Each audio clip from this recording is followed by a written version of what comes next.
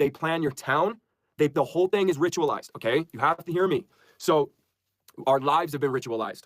Every time you watch a movie, there's 1,000 legal documents that your mind and your spirit are doing. Every time you lust, every time you covet, every time you murder in your heart, you hate even the bad guy. It doesn't matter. You're the bad guy in God's eyes. You're God's enemy. So when you're hating somebody so much that you want them to die, to God, you look like a little murderer, okay? So it's not good. All these movies are rituals designed to open you up. That's what it is. And Freemasons practice defilement rituals. So here we go.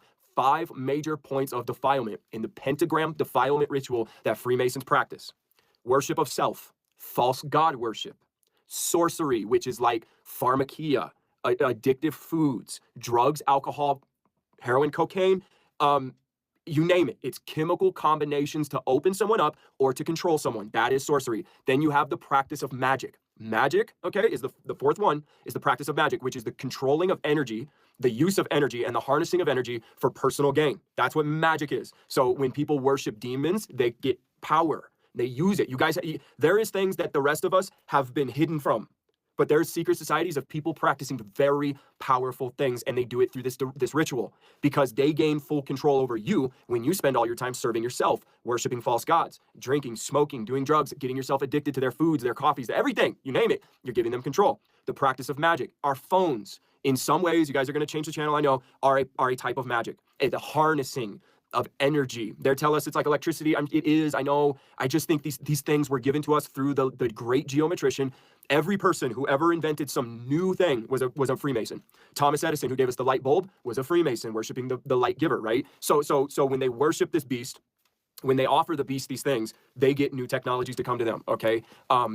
So magic is the harnessing of energy for gain, okay? And the last fold of defilement, so worship of self, false god worship, sorcery, magic, which witchcraft is in there as well. This whole thing is witchcraft. Like this defilement ritual is witchcraft. The last part is sex, lust, and trauma.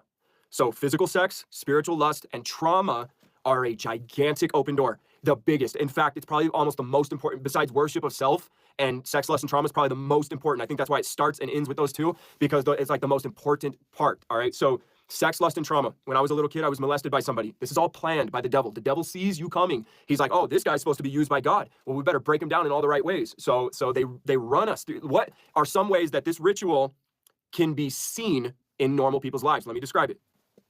You are a person who grew up, you went to school, you had good friends in your town, okay?